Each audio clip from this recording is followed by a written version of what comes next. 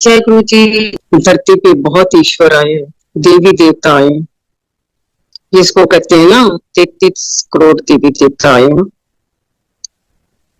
पर वो एक ऐसे ईश्वर आए धरती पे जो प्रैक्टिकल है।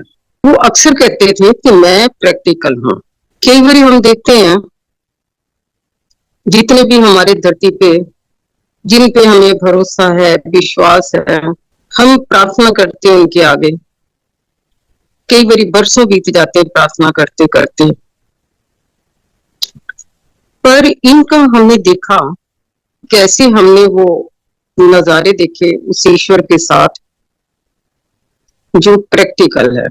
अक्सर गुरुजी भी कहते थे कि मैं प्रैक्टिकल। प्रैक्टिकल कैसे कि जैसे हम उनके दरबार में उनकी शरण में आए, 97 की बात होगी, जैसे हम उनके दरबार में आए, आते ही जब ईश्वर रहमत बरसाता तो अपनी शरण में एक सेकंड नहीं लगता उसको लेते हुए। ईश्वर अंदर की रूहों को पहचानते हैं, हमारी अंदर की रूहें कैसी हैं। जैसे हम उनके शरण में आए, उन्होंने आते हमें आदेश दे दिया था कि तुसी हुण रोज आना। तो हम डेली उनके पास शुरू हुए आना जाना। उस वक्त का क्या नजारा था। उनकी शरण में बैठते थे, शाम के टाइम शब्द चलते थे, गुरबानी के शब्द थे, गूढ़ शब्द थे। हमारे उम्र का भी तकाजा था, समझ भी आते नहीं थे। संगत पिन ड्रॉप बैठ जाती थी उस वक्त। पर मैं गुरुजी को निहारती थी, देखती थी गुरुजी कैसे लग रहे हैं, आज गुस्से में है या आज अच्छे मूड में है। जब नई संगत है, जैसे हार्डली बहुत ही गिनी चुनी संगत थी और डेली वो संगत बढ़ रही थी। गुरुजी के पास बैठना और देखना कि गुरुजी किस किस का कल्याण कर रहे हैं और वो कैसे करते हैं कल्याण। उस वक्त ये था कि उनके पास कोई ना कोई शक्ति है। ये तो कोसों दूर था हमारा कि गुरुजी एक ईश्वर है, ये हमने नहीं माना था। शक्ति उनकी कैसे देखी, कोई भी आता था 99% लोग दुखी होते थे और आते भी हाई अप्स लोग आते थे उस वक्त, तो बड़े बड़े क्लास 1 पीपल। गुरुजी एक सेकंड लगाते थे उनको ठीक करने में, दूसरा सेकंड तो बहुत दूर की बात है। अब ये देखो, वन साइड डेड हो, पैरालाइज अटैक हो, वन साइड डेड हो, तो वो कैसे एक सेकंड में गुरुजी का प्रसाद खा के ठीक हो जाएगा। ऐसी कोई संगत आई, उसने बताया कि मेरी वाइफ को ये प्रॉब्लम है और गुरुजी वैसे जानी जान अंतर्जामी है। गुरुजी ने जाते टाइम उसको एक चपाती दी, प्रसाद दिया, जाके वाइफ को खिलाओ। वो प्रसाद खाती उसकी बॉडी जो थी हरकत में आई और वो नेक्स्ट डे वो गुरुजी के पास आ गए, चलने लग गए। ये बहुत बड़ा हमारे लिए करिश्मा था। ऐसे हम उस कृष्ण को याद करके जैसे पता चला कि इसका तो ठीक हो गया, तो हमारी जितनी संगत होती थी तो हम आपस में डिस्कस करते थे, लोग ये तो कैसे ठीक कर दिया गुरुजी ने, कैसे ठीक हो गया। तो गुरुजी के पास कोई शक्ति है, बहुत बड़ी शक्ति है गुरुजी के पास। तो यूं ऐसी बातें करते थे। गुरुजी ने फिर उनको शिमला भेजा घूमने के लिए और उसके बाद उसको कहा कि तुम्हें लंगर प्रसाद बरताना है। इसको कहते प्रैक्टिकल। ऐसे गुरुजी के पास ऐसे कोई आया, किसी ने कहा कि मेरे को तो जी हाई लेवल की डायबिटीज, जो उसके हाथ में प्रसाद दिया, चल डायबिटीज खत्म। तो ऐसी किसी ने कहा कि मेरे बेटे की शादी नहीं हो रही, वैसे भी अनफिट है। गुरुजी ने 1 साल के अंदर उसकी शादी भी करी और उसके बेटा भी हुआ। ये हमारे लिए बहुत समझ से परे की बातें थी। हम आपस में संगत जो थी फुसर फुसर करते थे, कानाफूसी करते थे कि गुरुजी ने आज ये कर दिया, आज उसका कल्याण हो गया, आज उसका कल्याण हो गया। तो बड़े हैरान होते थे कि ये कैसे गुरुजी कर देते हैं। अगर किसी के पास गाड़ी नहीं है वो छोटे से स्कूटी पे आ रहा, गुरुजी तुरंत कह देते थे, हैं गड्डी नहीं तेरे को, चल मौज कर। वो ऑटोमेटिक गाड़ी कहाँ से आ जाती है, कैसे संजोग बन जाता, गाड़ी आ जाती है उसके पास। चल तू मॉल बना ले। अब मॉल बनाना आसान होता है, जमीन लेनी आसान होती है। और फिर वो बीमार बंदा जिसको हुक्म दिया, पहले उसको ठीक करा, उसकी बीमारी को ठीक करा। उसने कहा महाराज मेरे पास तो एक भी पैसा नहीं है। पैसा कहाँ से आया, जमीन खरीदी, पैसा कहाँ से आया, वो मॉल बना। और गुरुजी ने इवन ये भी कह दिया वो मॉल दिल्ली का नंबर 1 मॉल होगा। ये हमारे सामने की बातें हैं। तो जब ऐसी बातें गुरुजी करते थे, हर चीज को प्रैक्टिकल करके दिखा देते थे।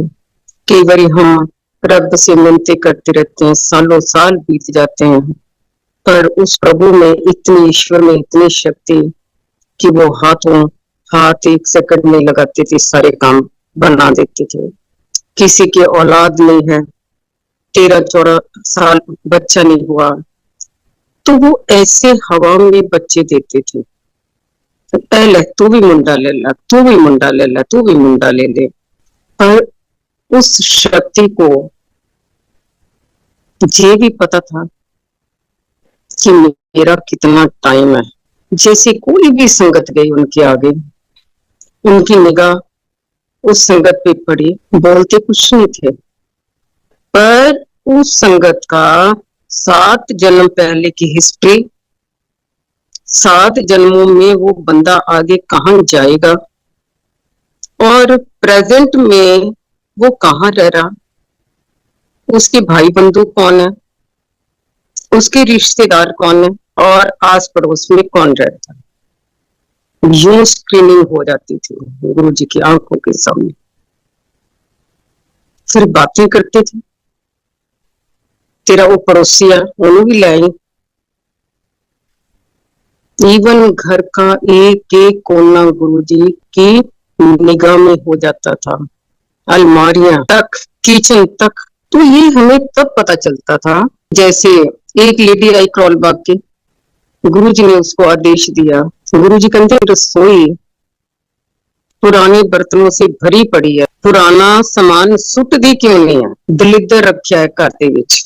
गुरुजी हमेशा कहते थे जो हमारे घर के अंदर सामान है जिसका हमें यूज नहीं करना, चाहे वो कपड़े हैं, सामान वही रखो जिसका हम डेली यूज करते हैं। जितना फालतू सामान होता वो एक तरह से नेगेटिविटी होती है, दलिद्र होता है, उन्होंने सुटो बाहर करते। और घर को नीट एंड क्लीन रखो। जब नीट एंड क्लीन होता घर तो वहां नेगेटिविटी नहीं आती। नीट एंड क्लीन होगा घर तभी प्रभु का वास होता, तभी गुरु जी का वास होता। गुरु महाराज वहीं आएंगे जहां स्वर्ग की तरह हो। जरूरी नहीं है कि घर बड़ा हो या छोटा हो, बेशक झोंपड़ी क्यों ना हो, उसमें भी हमारे गुरु जी महाराज वास करते हैं। उनको बड़ा छोटा कोई उनके लिए मायने नहीं रखता।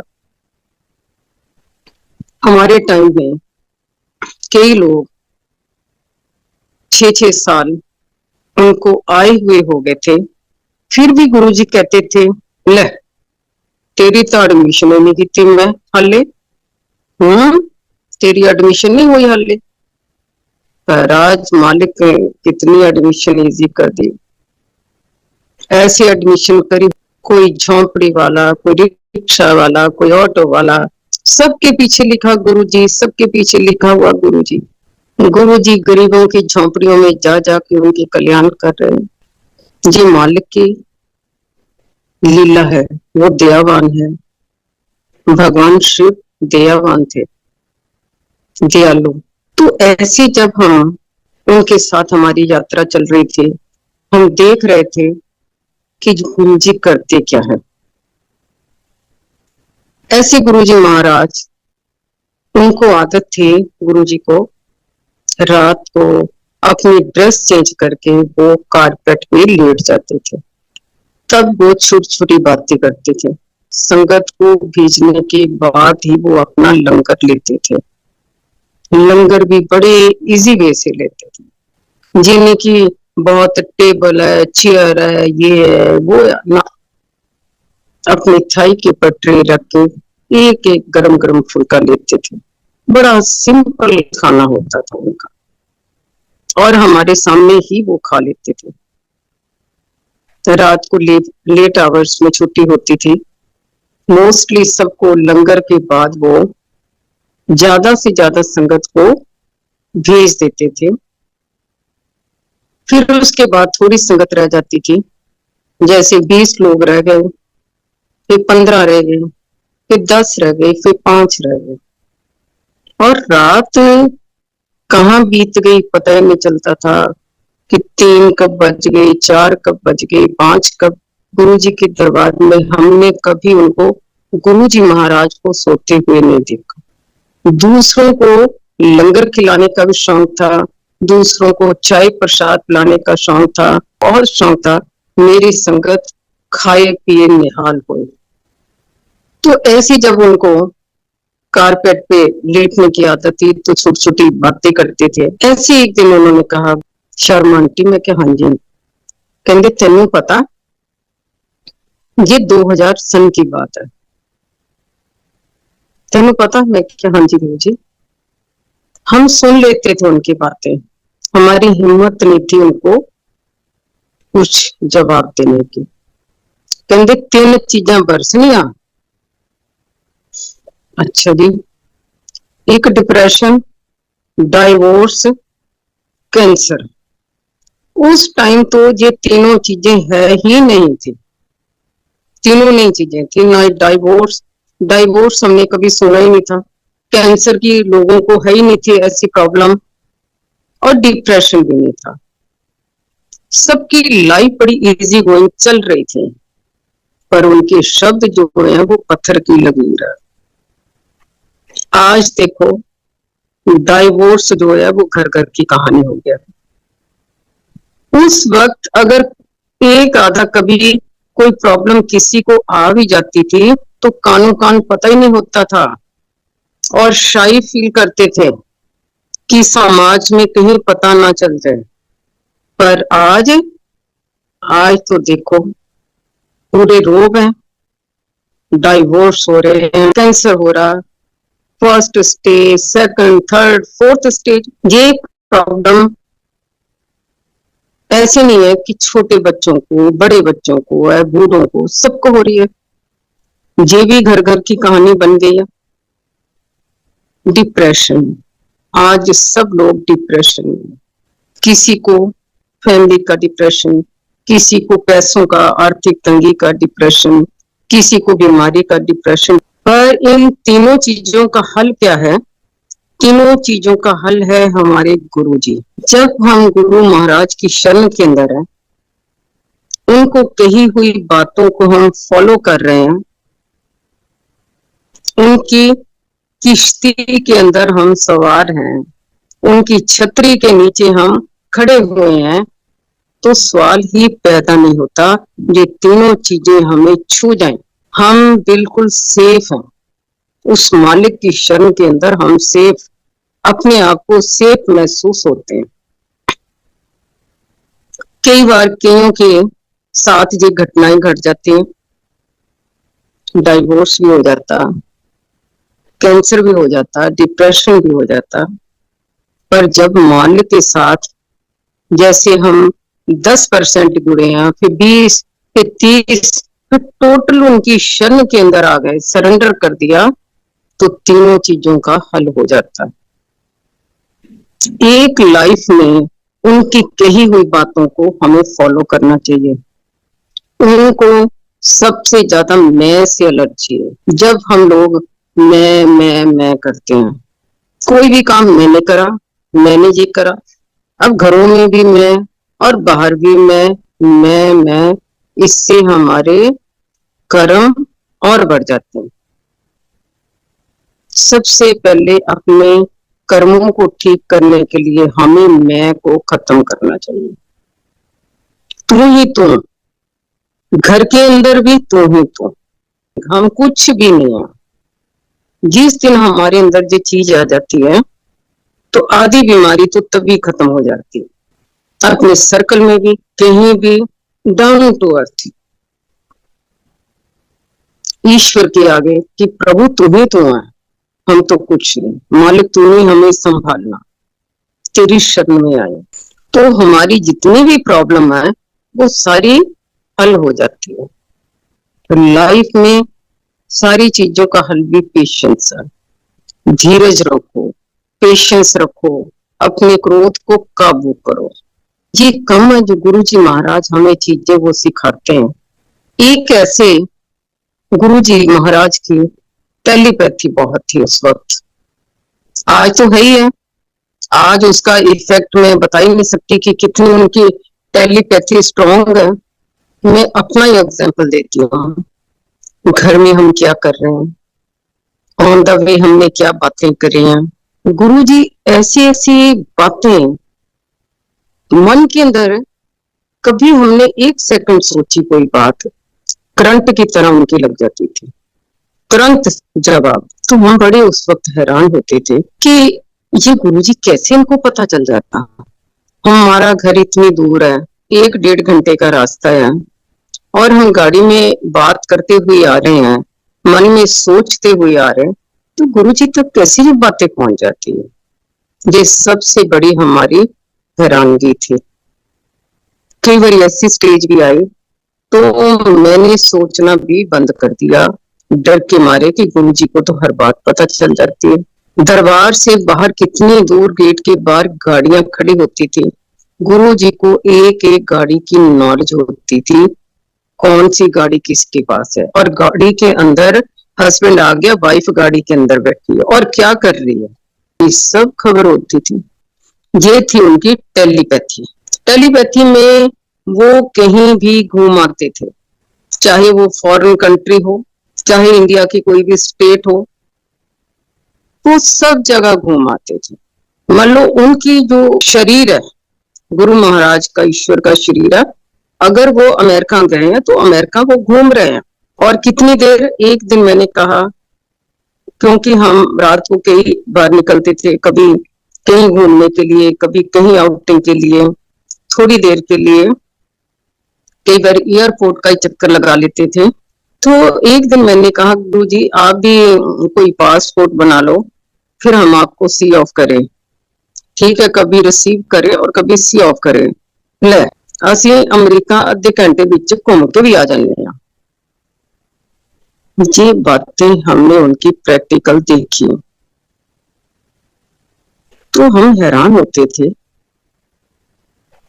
उस वक्त भी जैसे वो अपनी गुदड़ी के अंदर लेटे हैं, कोई उनको दबा रहा या उनको मुक्कियां मार रहा या कुछ कर रहा, थोड़ी देर के बाद आदमी फील करता कि वो सो गए हैं या क्या है, सोते कभी नहीं थे। तो ऐसे कोई मुक्कियां मार रहा था, दबा रहा था, तो उसके बाद सोचा गुरुजी सो गए, आराम कर रहे हैं। छुपके से उठ के फटाफट सोचा जो वीरवार है, मैं कहीं मजार पे दिया जलाया हूं। देखा सामने गुरुजी खड़े, वो कहां से आए, मुस्कुरा रहे हैं। फिर सोचा कि चलो जी गुरुजी घर में है और मैं फटाफट फलां मंदिर में होया, वहां गुरुजी सामने खड़े मुस्कुरा रहे। कहते एवं पत्थर नाल टक्कर मारी जाते, रब थोड़े अगे बैठा रब। और फिर अगले ही पल वो माया का पर्दा डाल देते थे, पता ही नहीं चलता था कि ये कौन है। दिन रात उनके साथ रहना, बातें करना, उन्होंने कभी एहसास नहीं होने दिया कि मैं कौन हूं। इवन घर वालों को नहीं पता चला कि वो साक्षात ईश्वर धरती पे आए हुए।